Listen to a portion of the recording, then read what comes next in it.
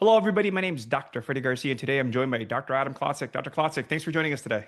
Dr. Garcia, always a pleasure. Awesome, man. Today is webinar recording day. The topic today is from nerve to brain with pulsed radiofrequency therapy. So this is exciting. You got a bunch of topics to cover, and I'm going to be doing it with you. I'm going to be watching in the background. I'll probably come back with some questions as you go through it. Awesome. First, let me go through your bio really quick. Dr. Klotzek graduated from Logan University, receiving his Doctor of Chiropractic degree. He's taken a keen interest in neurology, obviously. Dr. Klotzek furthered his educational interests by obtaining a specialty designation in chiropractic neurology as granted by the American Chiropractic Neurology Board. He's also received his master's in clinical neuroscience. Dr. Klotzek is an accomplished clinician and educator. His clinical and educational career has spanned over 35 years, focusing on the constant drive for better patient outcomes through the understanding of neurology and by applying neurology. Currently, Dr. Klotzek's main focus is on an educational content development in neurology and his research on measuring the central neurological effects of spinal manipulation by quantifying eye movements. He hopes his research provide better insights into spinal manipulation central effects, thus expanding its therapeutic use beyond pain management. So yeah, you're just focusing on some little things, like Yeah. No, thank you for that real nice introduction. I appreciate it. All right. So I've been at this for a couple of years. I know. Every conversation with you, I learn. So I think everybody's going to enjoy this webinar. So Dr. Klotzek, I'm going to let you go to it. I'll be watching in the background. I may pop back in with some questions as I add some things. Is that fair? Yeah, absolutely. All right. Have a good webinar, Doc. So, the purpose behind doing this webinar was really just to kind of bring up to the forefront, what makes pulse radio frequency therapy special, and then, obviously, why you might want to consider acquiring some of this type of technology into your own practice as an adjunct to all the other things that you are doing with your patients. So going to kind of go through some things here for you, dispel some myths about pulse radio frequency therapy, focus on what it does, the benefits of using it in your office, and we'll kind of just go from there. So really the goals here, I wanted to start off, before we even talk about pulse radio frequency therapy, to really just talk about what are some principles of electrotherapy. Some of you use it in your office, some of you don't.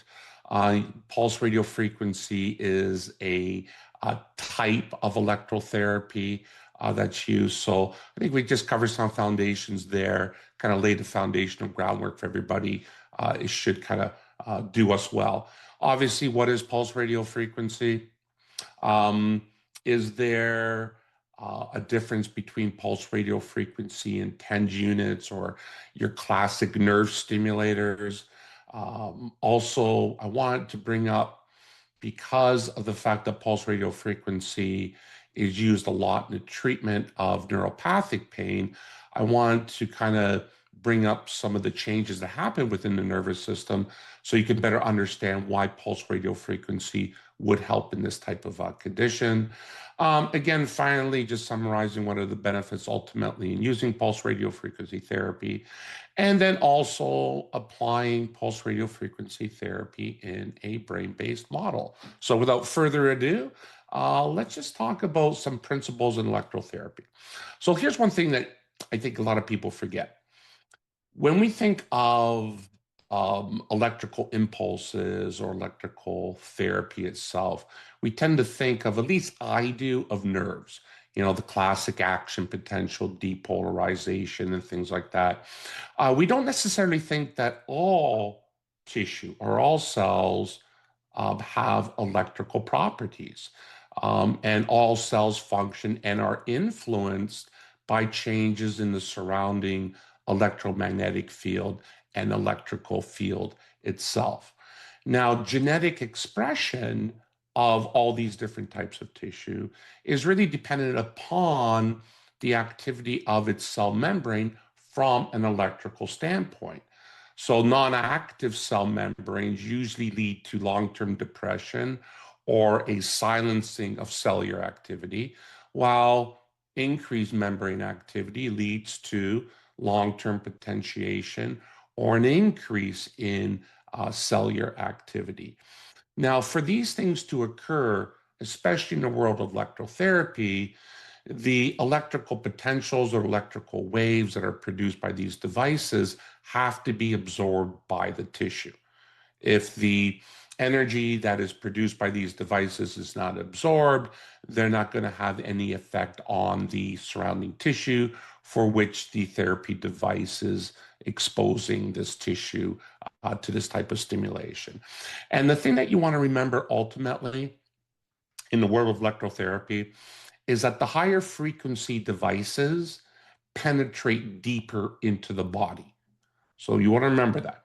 Higher frequencies penetrate deeper, while lower frequencies tend to have more of a just superficial effect, which leads us on to our next slide here. What are the main types of electrical therapy devices that most clinicians are faced with?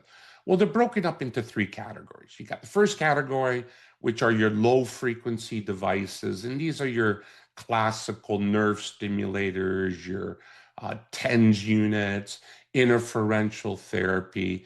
And the thing to remember here is the penetration deepness of these devices is super, super, again, superficial, just on the surface. And that's why they don't do really well with like kind of muscle injuries and things like that, where you need a little bit of a deeper penetration. Now, a way of trying to circumvent that was the invention of interferential therapy. And what that did is it took two bipolar waves, it crossed them to create an area of interference, and that area of interference tended to have a little bit more depth to it. And you could kind of, depending on the device that you're using, you can kind of put this area of interference over the exact area that basically hurt, and based upon whatever the patient was experiencing. But again, overall, superficial. Then you have your medium frequency stimulators, which are your muscle stimulators, your Russian faradic stimulators. They tend to get a little bit more deeper penetration, obviously deep enough to affect muscles. And then you get your high frequency electrical therapy devices, which pulse radio frequency falls under, as well as pulse ultrasound. And these all have deeper penetration. So now you're getting into like ligaments and joints and connective tissue and things like that, that all these other devices can't touch with regards to a therapeutic type of application. So pulse radio frequency, I kind of want to explain to you what it is to clear up any myths out there with regards to what people are saying it is and it isn't.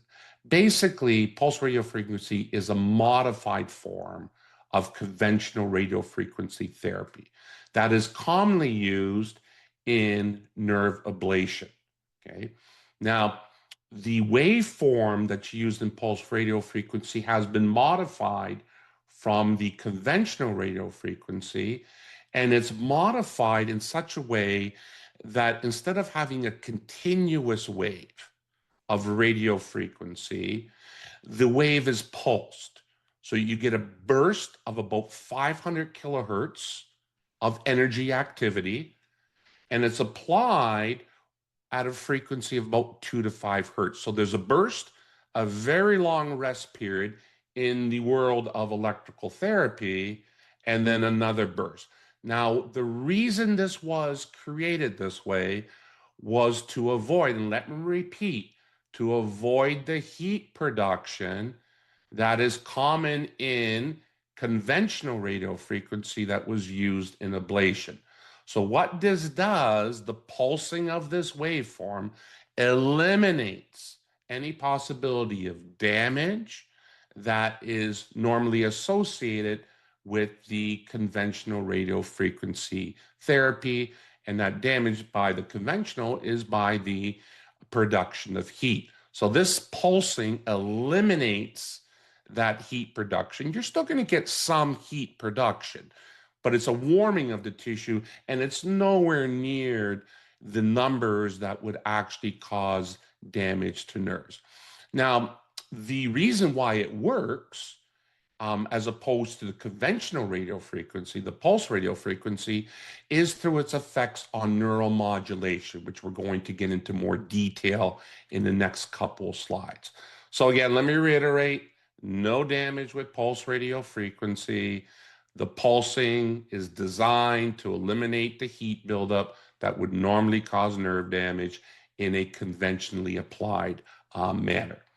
So let's look at the history. So the history here is kind of interesting. Back in 1974, a researcher by the name of Shealy, if hopefully I'm pronouncing that correctly, discovered that exposing nerves to a 500 kilohertz radio frequency wave at a constant application, not pulse, induced enough heat production in the nerve to specifically, let me get specifically damage your C fibers and your A delta fibers.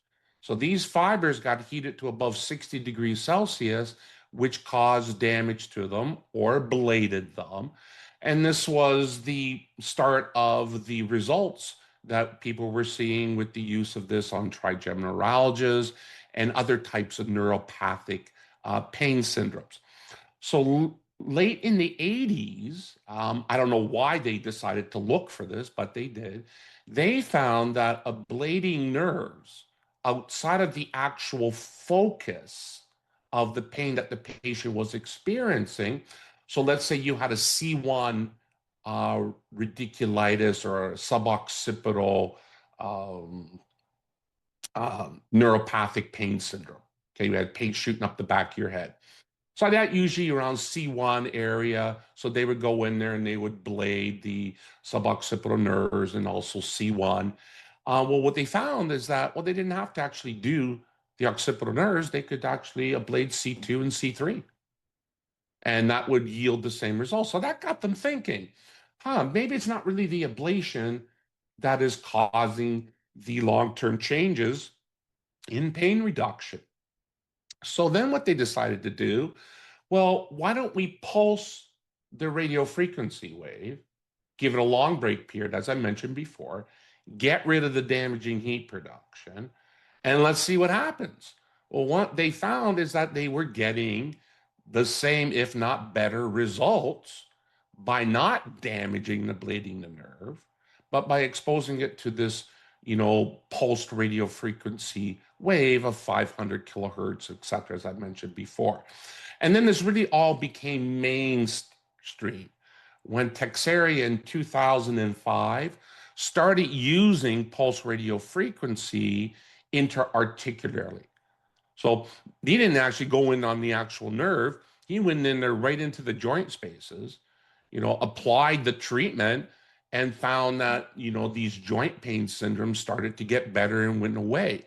Now, the sister company of Algimed, Exfont, I think I'm pronouncing that correctly, makes an interoperative unit, not to be confused with the NMS 460, which is the non-interoperative version.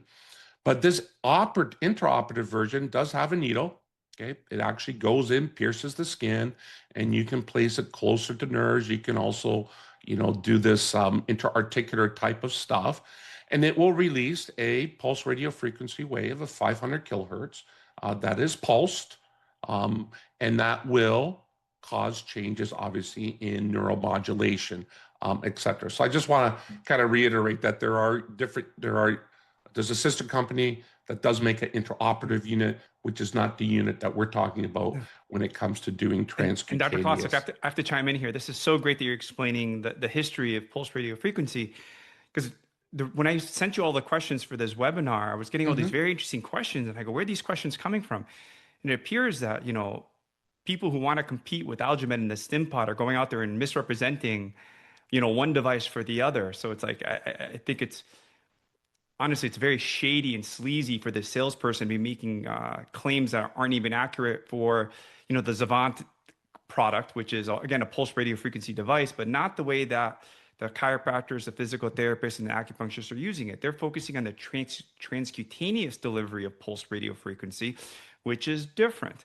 And the other thing that I kept hearing about, and we're actually going to have a whole webinar about it, is talk about the other stimulation that comes with it. And Algernon has some very interesting research as well. So, all these people misrepresenting things, it just shows you how little they know about what they're talking about. And then they dug a little deeper. They decided to try to come up with a competing product, which to me is laughable considering they're not experts in it and they don't have PhDs in research like Algemet does and Zavant does doing these things. I guess it's must be the new thing to work in your garage and think that you're better than all the people who've dedicated their lives to this stuff. But that's the way it goes. You know what? Stranger things have happened, I guess, right? So I think this clarification is very helpful because people Thank need you. to realize the transcutaneous delivery and what happens intraoperatively are two different beasts. It's two different conversations, apples and oranges. They both have applications, but for the audience that we're dealing with today, which is, chiropractors, physical therapists, osteopaths, pain management, acupuncturists, they are always focusing on the NMS 460 from Algemet. So thank you for Right. that clarification. Thank you. And again, I just want to reiterate that the pulse radio frequency, especially applied transcutaneously, is not damaging. Not damaging. That's what the main message to come across. So next question is pulse radio frequency the same as TENS? And the simple answer is absolutely not. TENS is a low frequency therapy around the 150 hertz range. Um, it works by, I guess, engaging or recruiting the pain gate theory of modulating pain in the cord, though that theory is somewhat under criticism these days. But even though it's under criticism, I've yet to hear someone come up with another alternative. So it's interesting, again, sometimes people criticize things. They say, oh, well, that's not true. It's not true. Well, then how does it work? Well, we don't know, but they're quick to criticize other stuff. So very interesting. And the thing that you want to remember about TENS is it has very, very poor tissue penetration, as I mentioned earlier.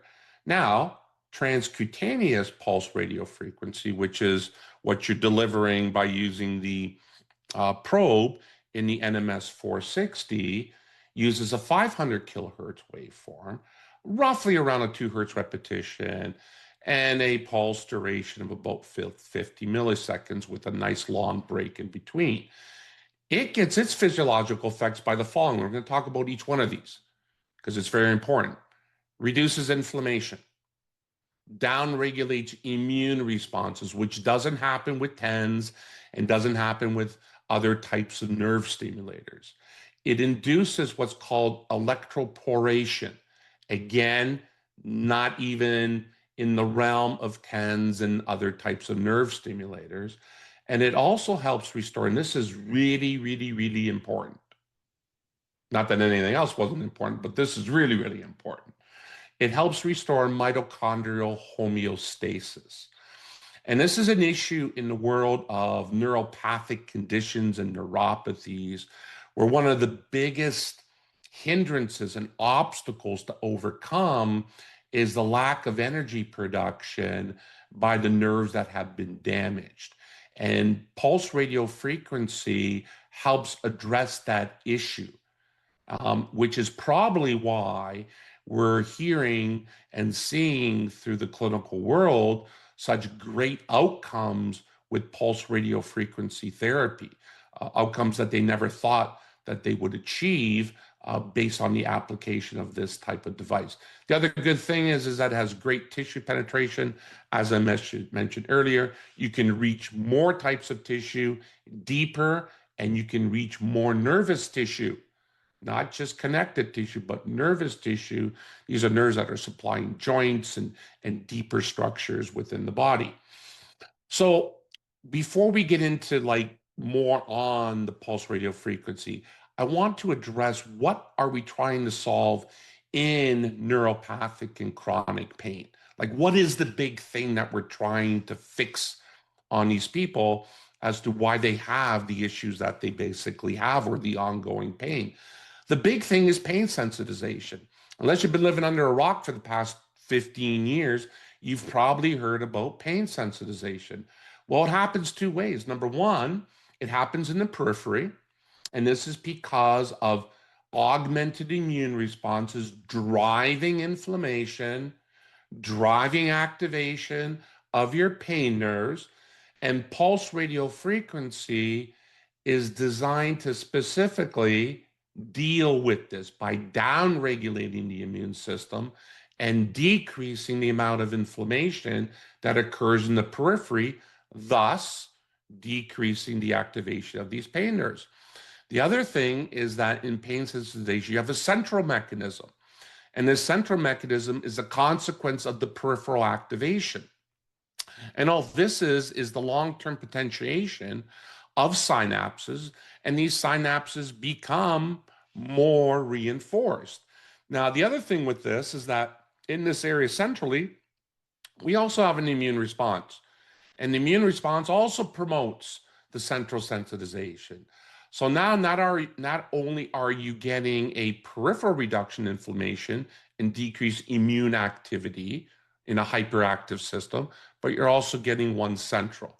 Now, the question is, do you need to put the probe over the area to gain the effects of the decrease in inflammation? And I'm going to answer that question in just a moment or two. Now, the other thing that happens in chronic pain, which is an obstacle for us as practitioners, especially in the manual therapies to overcome, is this rewiring that occurs within the spinal cord. Now, you need to remember this.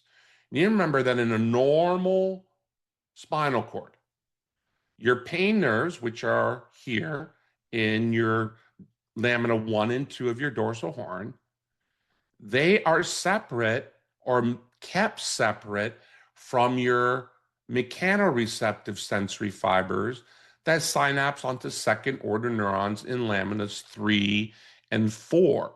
So laminas 1 and 2 are pain. This is a projection neuron. This is another projection neuron, but it's specific to mechanoreceptive or touch input, and they're separate. Now, what happens in neuropathic pain, for reasons unbeknownst to us, is we tend to see these mechanoreceptive fibers migrate and start to make connections on these second order pain neurons.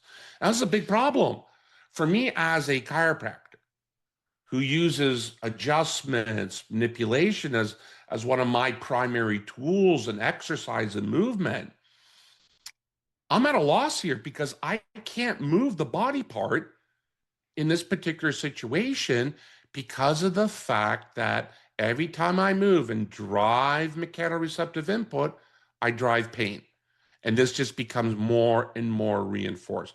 Couple that with the loss of these inhibitory descending pathways, and you're kind of in a pickle because you want to create movement because you've been taught that, hey, movement, the gate theory of pain, blocks pain signals, but not in this case. It's going to produce it. So you need to figure out a way to balance this system out without actually moving the body part to start with. And one of the ways you can do that is by maximizing descending modulation of pain. And you're going to do that by activating the motor cortex and a whole bunch of other areas, such as your amygdala, your prefrontal cortex. For those people who are in the neurology group, I'm sure if I asked you a couple of ways that you could think of to activate the prefrontal cortex, I'm sure you could come up with it. Maybe some type of an eye movement, etc. How can you activate the motor cortex without actually causing the body part to move? Imagery work. For some of you that have taken our, the pain reset program that Dr. Garcia and I developed, you could look at doing mirror work. You could look at right and left discriminations, which is deciding whether a body part is right or left. That will recruit the motor cortex without actually creating movement of the body part. And again, you're going to leverage this inhibitory system that is part of the gating mechanism of pain within the actual spinal cord itself. Now, where does StimPod come into thing? Well, StimPod, interesting enough, uses a galvanic waveform on top of or in conjunction with the pulse radio frequency waveform as a nerve finder. So when you're actually doing the therapy, as you can see here, you're going to get this twitch response. Ooh, this is beautiful. Twitch response, motor cortex activation, motor cortex activation causing inhibition of pain. And so you're getting this twitch response, right, in a pain-free state, which now allows you to build some long-term potentiation in these pain inhibitory pathways. So now, for me as a chiropractor, I have a great tool to start somebody off. Let's say they couldn't even move their wrist. Right? There is so much pain. They couldn't even move their wrist. Anything I did would I touch it to cause pain. Now I have a way of reducing that pain level and then allowing my other therapies to become more effective. So what it translates is to better outcomes and better patient satisfaction. So, all right. Hey, Dr. Klotzek, if you can go back one slide. Yeah, for I found what sure. you just said very interesting, which begs the question, because I get this question all the time, is how quickly does pulse radio frequency work in decreasing pain or increasing pain-free range of motion? And I'll tell you from, we've been using it for several years now, the expectation really is about over 90% of the time, the first time you use it, your patient should have a noticeable positive effect. Only in very severe scenarios like very bad peripheral neuropathy where they have like their sensory exam is terrible. Well, you have to gently work on them the first time. And then the second time, they'll go, oh, I can feel that now. I feel a little tingle in my feet. The first time, they don't even feel anything. So what you're really using is that square waveform as a diagnostic procedure, because if they can't feel it the first time and they feel it the second time, then you go, okay, great. Those neurons are getting donated mitochondria, which I think you're going to talk about, and they're becoming Yep. healthier, and now they could feel it more. So, but to come full circle in the conversation is the expectation is right away they should if as long as you're hitting the target have a positive effect. It works that quickly. You don't have to wonder and say, well, on the sixth session it's going to start working for you. It should work that quickly as long as you're on the target. And how do you know if you're on the target? You're going to see the fasciculation or feel if you're on a sensory nerve or on a motor nerve. So again, you have to remember your anatomy and physiology to know what you're stimulating and what you're trying to do. And so I onboard people all the time on how to use this thing, and I go, it's Interesting. it's, it's really just anatomy. You got to remember what these things do. Once you understand the how, then the why is, or once you understand the why and how it works, then the how is pretty easy. Yeah, exactly, right. I really appreciate that. No, thank you. Thank you.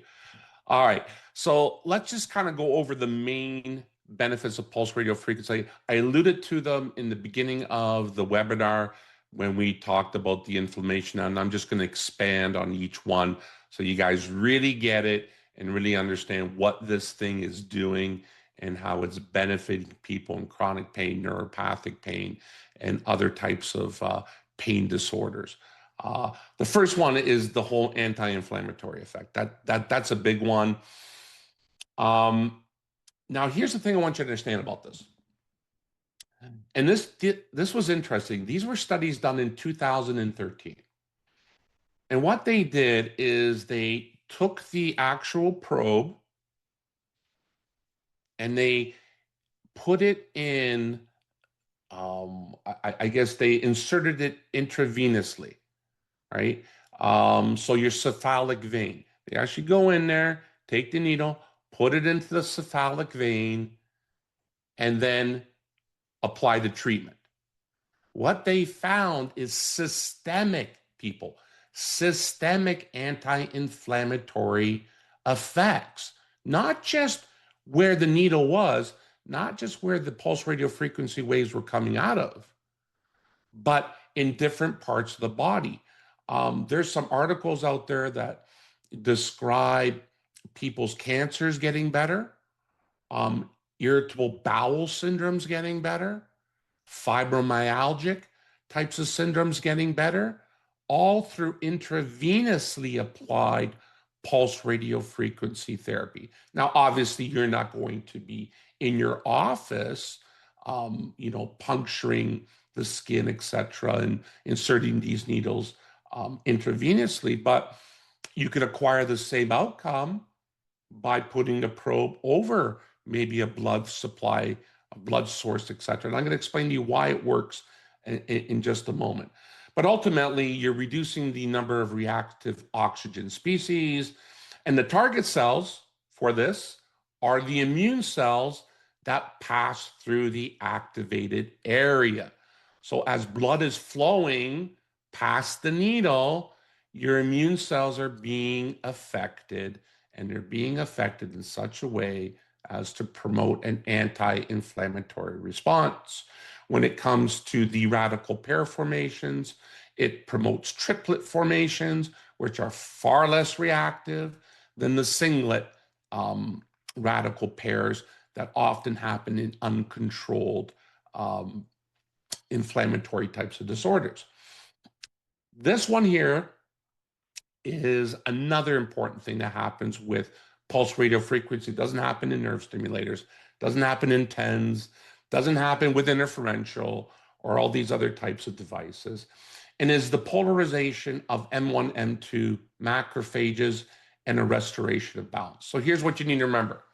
In an inflammatory state or in a neuropathic state, or when nerve damage occurs, you have a prominence of M1 macrophages or a higher concentration of M1 macrophages. They produce cytokines, they cause tissue damage to occur. They're like the bad ones out there. The M2 macrophages, though, on the other hand, are the protectors. They're the healers. They're the ones that come in to clean up the mess, reduce the oxygen, reactive oxygen species, reduce the cytokine levels, and they are upregulated with pulse radio frequency. So you got a situation where you have an overabundance of your M1 macrophages, and then you expose the system to pulse radio frequency, whether it's over the site exactly, or because of these macrophages passing through the blood as they pass by the pulse radio frequency generator, they get polarized to their M2 phenotype, and then start healing things, you know? So there's been research out there to show that rheumatoid arthritic conditions are resolved because of this. We see a healing event. We tend to see a reduction in inflammation, as I mentioned to you before. Then we have another thing that happens, which is really kind of cool, is that we have the pulse radio frequency based what's called electroporation. And what it is, and it only happens with pulse radio frequency because you need high frequency. 150 hertz is not going to cause this to happen in the cell membrane. 500 kilohertz is going to have this happen. And what you actually do is you promote pore production within the actual cell membrane as the therapy is occurring. Now, we all know that in neuropathy, neuropathic conditions, we have a calcium imbalance within the actual cell. So the electrical poration helps restore by the formation of pores that are, will allow calcium to move across the membrane and thus help restore calcium homeostasis. Really, really cool. And I learned something new because I wasn't aware of this electroporation type of effect of pulse radio frequency. But again, you need the high frequency in order for that to occur.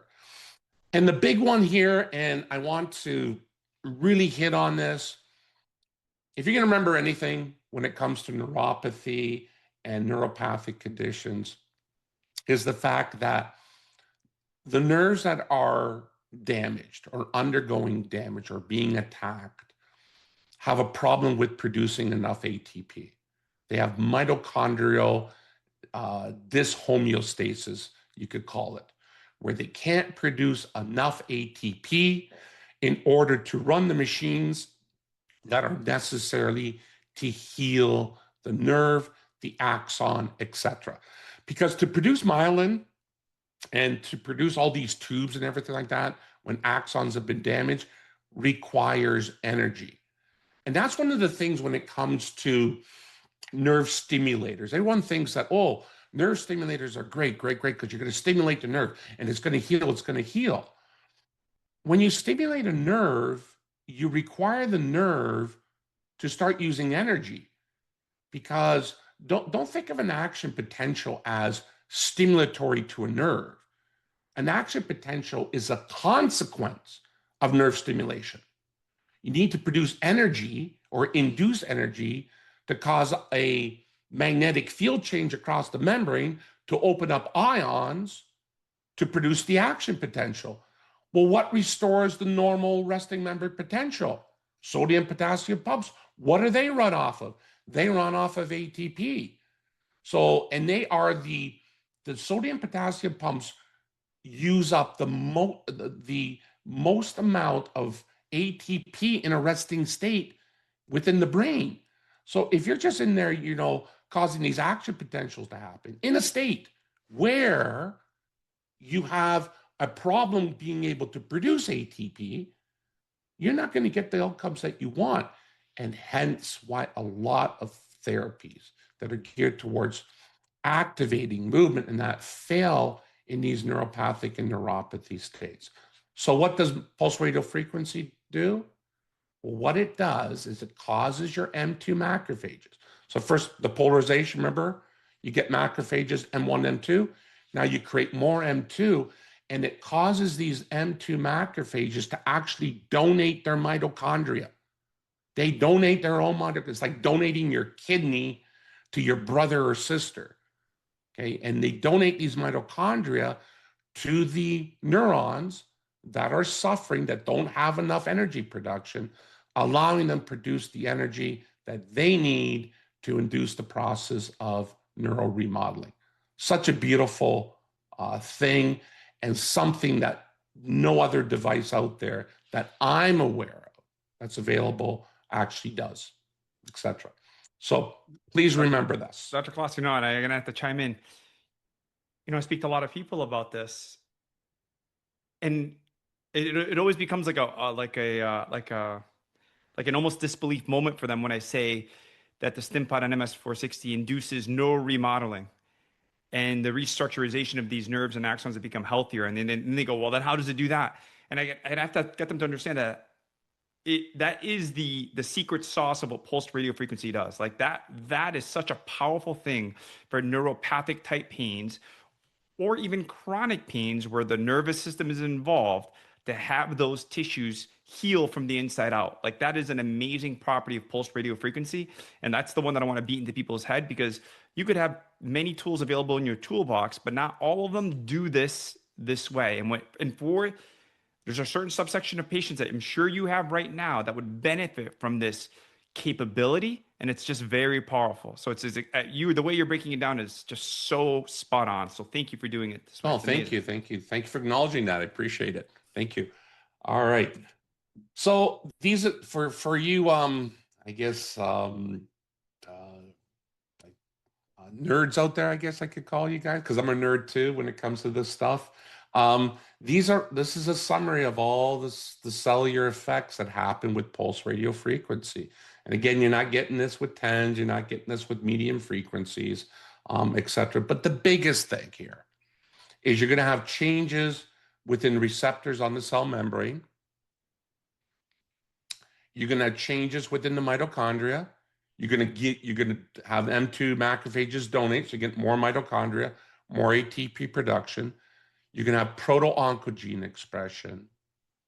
You're going to produce more fibroblasts, more collagen, all needed to heal tissue, remodel. So basically, the net outcome is decreased nociceptive signaling, improved synaptic function, and improved nerve injury repair or remodeling. That's what you're going to get with pulse radio frequency, and all packaged into a very, very safe application with, I think, next to no downside to its treatment, etc. All right, so how would you apply this? So given all the great stuff in remodeling and donation of mitochondria, re-energizing nerves that are deficient in energy production, how do you apply this in a brain-based model?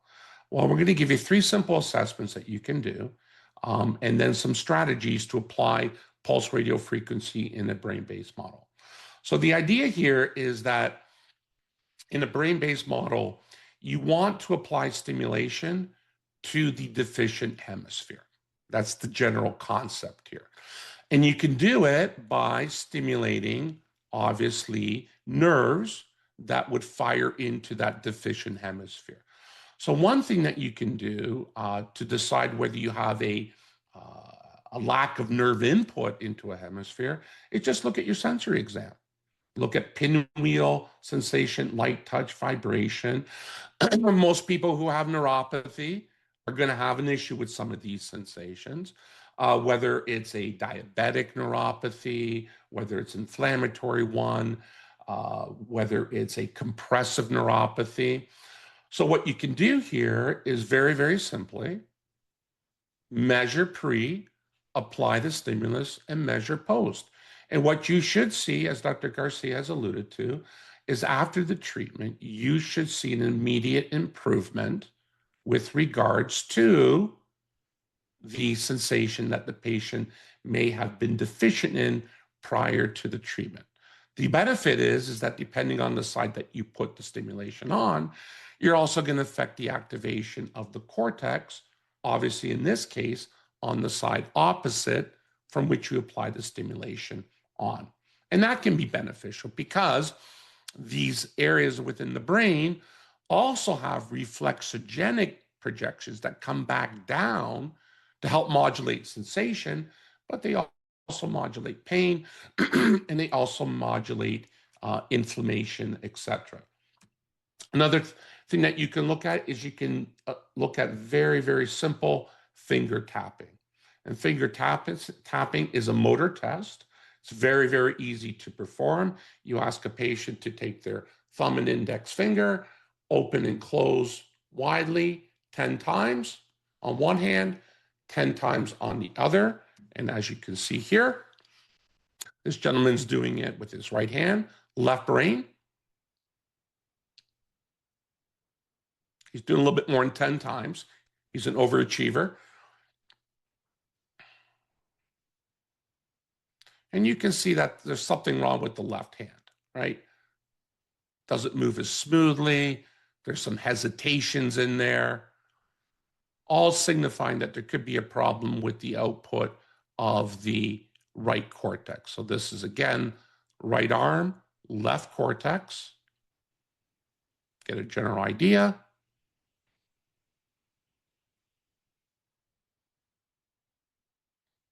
And again here, right brain, left arm, and that's the deficient side. So now, what would you do with this if I had StimPod? Well, you know the deficiencies in the right hemisphere, so you would apply the StimPod onto a nerve, probably median here, because you're looking at, your median nerve activity here. Now you could apply it at the wrist, you could apply it at the elbow, you could apply it at the brachial plexus, and then choose which one would yield you a better outcome in the improvement of that motion. And then the other last one is more of a cerebellar test for picking up cerebellar deficiency, and these are just your rapid alternating hand movements.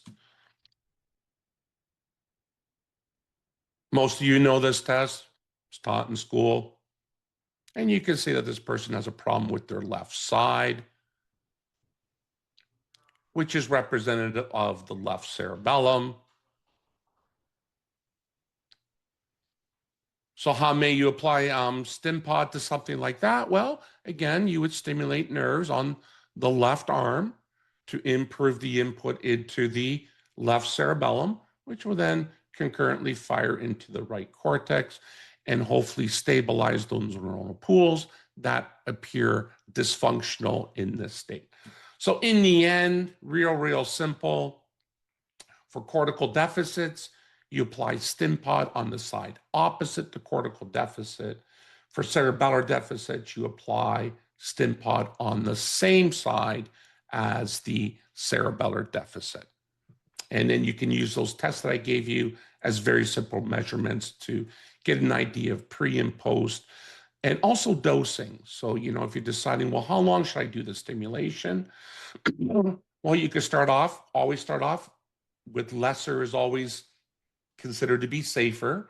So you start off with less, and then you increase it and then you measure your pre and post to decide on a nice application dose. Dr. Klotzek, so I have to interject with a question. So I love that you're sharing how to apply this in a brain-based model because we have a lot of applied neuroscience and also what the chiropractors call functional neurology that use the StimPod NMS 460. But what about when the site of pain does not match up with the brain presentation? What is your guidance there for people? So what I would do is that I would use StimPod to treat the side of pain, Mm-hmm. and then also use StimPod along with other types of applications to treat the brain dysfunction. So it might be applying, like, let's say I had like a right wrist pain. So I would use StimPod on the median nerve on the right wrist. And then I would follow up with StimPod on the left wrist or brachial plexus on the left-hand side, maybe with an adjustment of the neck on the left-hand side, maybe some, complicated arm movements, some figure eight movements on the left-hand side to help address the right deficiency in the hemisphere. That's perfect. And thank you for sharing that. So, for those who are hearing these concepts for the first time, we're talking, hey, the side of pain doesn't always match up with the brain presentation you have going on. Because you would assume if somebody had a left brain problem that they would manifest with a biomechanical issue on their right side, but it's not always the case. It's really easy when the brain presentation and where the side of pain is when they match up perfectly. But if they don't, what he's saying is use adjunct therapies or modalities to bring a little more, homeostasis or symmetry to the brain, but still treat the side of pain with the StimPod NMS 460. That's perfect. And I know I could just hear it now if anybody was watching this at home, and that would be exactly the right question for them to ask. So thank you for clarification. Well, thanks for asking that question. It's a good question. All right. Thank you. Keep going. Thanks, Doc. You're doing great. All right. I think we're almost done here. All right. So what are some final thoughts? And I guess the final thought would be this. Is transcutaneous pulse radiofrequency better than TENS or other forms of nerve muscle stimulation? Ultimately, the answer comes into what is it that you're trying to achieve? If it was me and I had a choice between buying different types of units, I'd bypass the whole TENS and interferential market. I really would. With the advent of pulse radio frequency, I think a lot of those types of modalities are going to become more and more outdated as we tend to learn more and as we see more outcomes with pulse radio frequency therapy. It's just a superior form of stimulation, which has far more reaching effects than TENS unit. So is TPRF better? In my opinion, absolutely. And here are the reasons why, ultimately. And we talked about these, but it's always it's always good to summarize. Tissue penetration. You're going to get much deeper penetration with pulse radio frequency because of the high frequency, the 500 kilohertz, as opposed to 150 hertz type of waveform. You're going to influence more neuronal pathways, okay, and be more effective in providing comprehensive pain relief. The anti-inflammatory effects are second to none, not only locally, but systemically. I want to repeat that, systemically. As your immune cells, your macrophages pass underneath the stimulating device, they get polarized and they go off to other tissue in the body to perform their healing and anti-inflammatory effects. So, one could argue that if I have diabetic neuropathy in my legs and I'm doing StimPod over the cephalic vein in my arm, I'm going to get an anti-inflammatory effect in my legs. Plus, I'm going to polarize these M2 macrophages to donate their mitochondria. Hence, the third part here is energy restoration. Think of it this way. I had a conversation recently, and the idea was proposed is that in neuropathy, like diabetic neuropathy, everyone thinks that, these nerves die, like they're dead, they're gone. And that's not the case. What they're learning, and I didn't, realize is that these nerves almost become dormant. It's kind of like grass, right? Without water, you know, it doesn't die. It just turns brown and becomes dormant. And all of a sudden rains come, and all of a sudden, poof, in a day or two, nah, the grass is green. Well, it wouldn't turn green if it was dead. So think of nerves as going dormant to protect themselves because of energy starvation. Now all of a sudden you come in here and you get your M2 macrophages. It's like lighting the fire, right? They come in and they start donating their whatchamacallit, mitochondria, and all of a sudden the nerve starts to wake up. And now it has the energy to start to heal and start to do the things that it needs to do. So again, can't get that with TENS or other types of nerve stimulators. And then ultimately in the literature, it's pretty well clear. If you're into pain management, higher frequencies are linked to better outcomes. Don't believe me? Look up the reference in 2024 recently published that speaks exactly of that. So it's the higher frequencies that get the better outcomes. And if you're about outcomes, you should definitely look into getting a device such as the NMS 460 that does provide you with higher frequency waveforms to achieve these outcomes. And that is all that I have for you guys. So hopefully you enjoyed it and you learned a few things here and so on. That was great. So, Dr. Dr. Klotzek, Garcia, as always, thank you for allowing me to share. I've taught for years and years and years, and I love doing this stuff. Dr. Klotzek, once again, you knocked it out of the park. You teach things with such clarity and make them applicable. So really, really appreciate it. So to everybody at home, hopefully you have more clarity in regards to what your StimPod NMS 460 is doing. If you don't have one, hopefully this inspires you to pick one up. Just go to algamed.com and check out our other webinars. We have a webinars page where we have other experts along with more videos by Dr. Klotzek, who's been educating people on all things neuroscience for, gosh, way too long now. Dr. Klotzek, you're always amazing. We really, really appreciate you. I'm sure we'll bring you back in the future. If somebody has any topics for any future webinars that they'd like to see Algamed produce, please send us an email at info@algamed.com and we'll gladly take a look and see if it's something we can put together. Dr. Klotzek, we'll catch you next time. Thank you, everybody. All right. Thank you, Dr. Garcia. I really appreciate the opportunity. Bye now.